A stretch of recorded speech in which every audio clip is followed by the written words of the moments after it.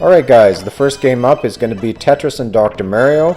One of my favorite games on the Super Nintendo because it has two of my favorite puzzle games on the Super Nintendo. I love Tetris, I love Dr. Mario, I love the fact that you can play these games separately. They both play very well. The Tetris is essentially the same one that was on the NES, just a little bit nicer looking, and it has two-player. The Dr. Mario is better than the one on the Nintendo, and then having them together and being able to play rounds switching between Tetris and Dr. Mario was fantastic. I really wish they would bring this game to the Switch because I think it would make a nice fit on that system.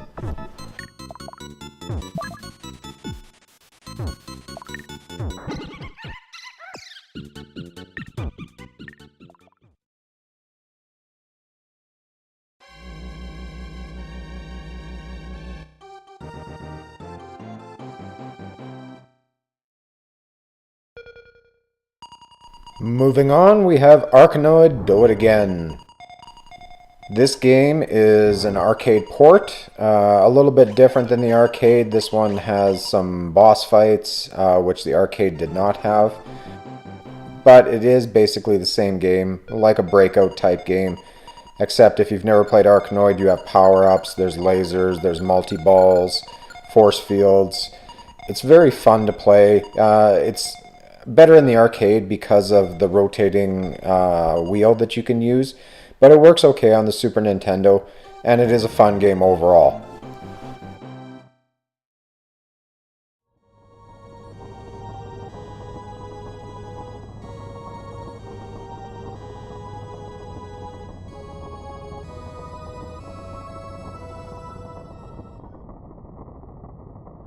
Our next game is Demon's Crest. This is made by Capcom. Back when Capcom basically put out hit after hit after hit on the Super Nintendo. And this game was no exception. It featured Firebrand from the Ghosts and Goblins series. He's the demon that was in those games. He had a couple Game Boy spin-offs. This is an action RPG type game, and it is really well done. The gameplay is solid, the enemies are good, the boss fights are good.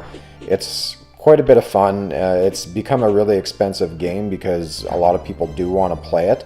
If you have the chance, you should really give it a go. It is a good game overall.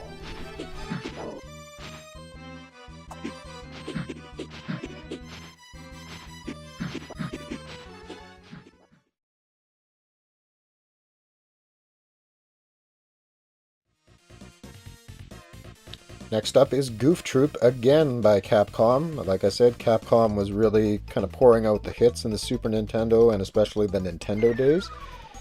This game is a lot of fun if you have two-player cooperative. The gameplay is fairly simple. It's kind of an action RPG, but more puzzle-based, trying to solve little puzzles to progress through the game, obviously using Goofy and Max. This is one of those games that it's not overly difficult, but can still provide a lot of fun with the right person. Me and my wife had a blast playing this, just because you can pick up and play. You don't need any big tutorials. It's just a really fun game all around.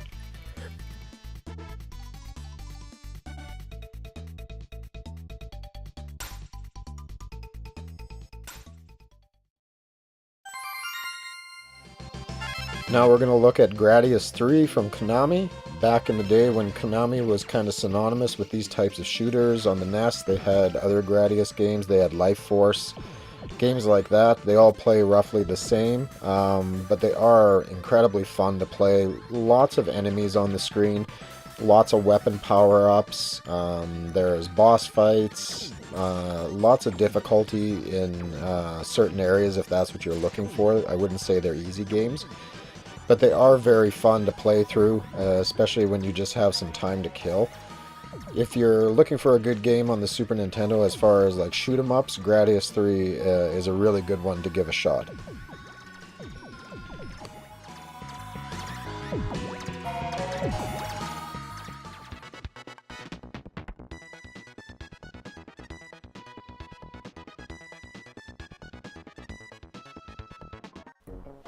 Next we have Kirby's Dream Course for the Super Nintendo.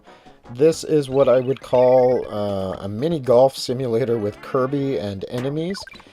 I don't know how I ended up playing this game for the first time because I was never a huge Kirby fan, but I really like this game, especially because I like mini golf. This one you use Kirby as the ball. He has different abilities.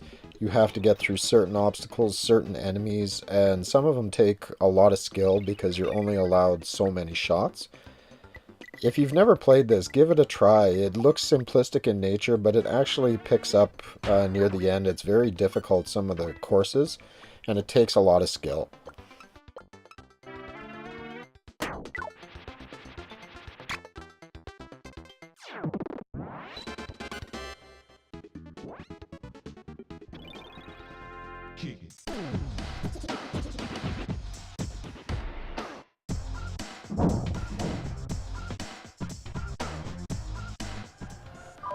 A Super Nintendo game that flew under the radar for most people is The Lost Vikings.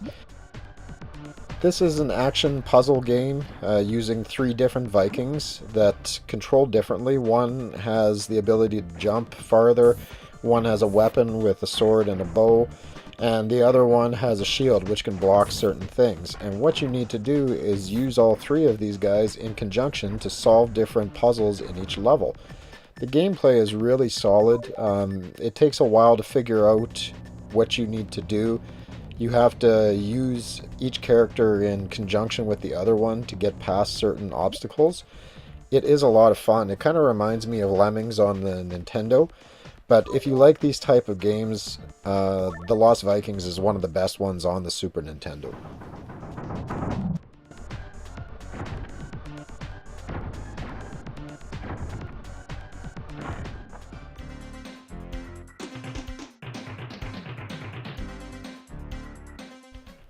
Here is NBA Jam Tournament Edition.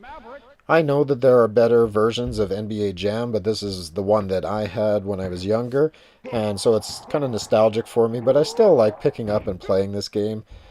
If anybody's played, they know what NBA Jam is. It's over-the-top 2-on-2 basketball, crazy, crazy dunks, lots of pushing guys down, stealing the ball. Just really non-realistic basketball, but it has realistic players from the NBA back then. It is a fun to play, especially multiplayer. There really is no better 2-on-2 basketball game out there.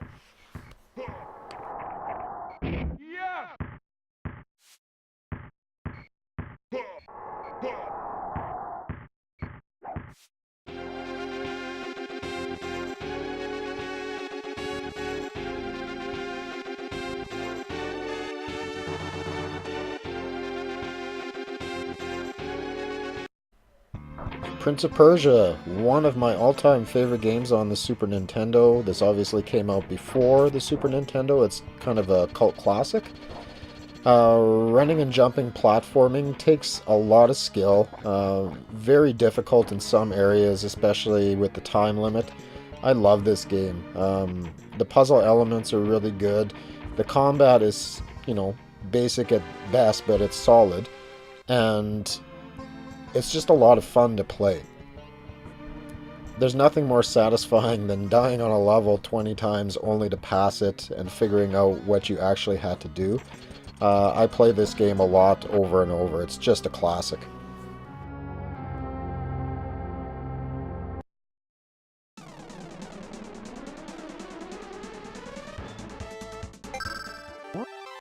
And finally, Super Bomberman 2, which to me is the definitive edition of Bomberman on all consoles. I have played this one so many times I can't even keep track. The single-player mode is my favorite out of any Bomberman game. I just think it's really well done. The 4-player multiplayer is fantastic as well. It's typical Bomberman, but the control here is just great. There's nothing really bad I can say about this. I've finished this so many times just because the gameplay is that good.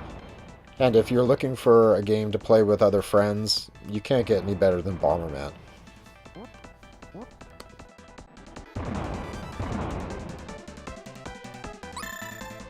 What?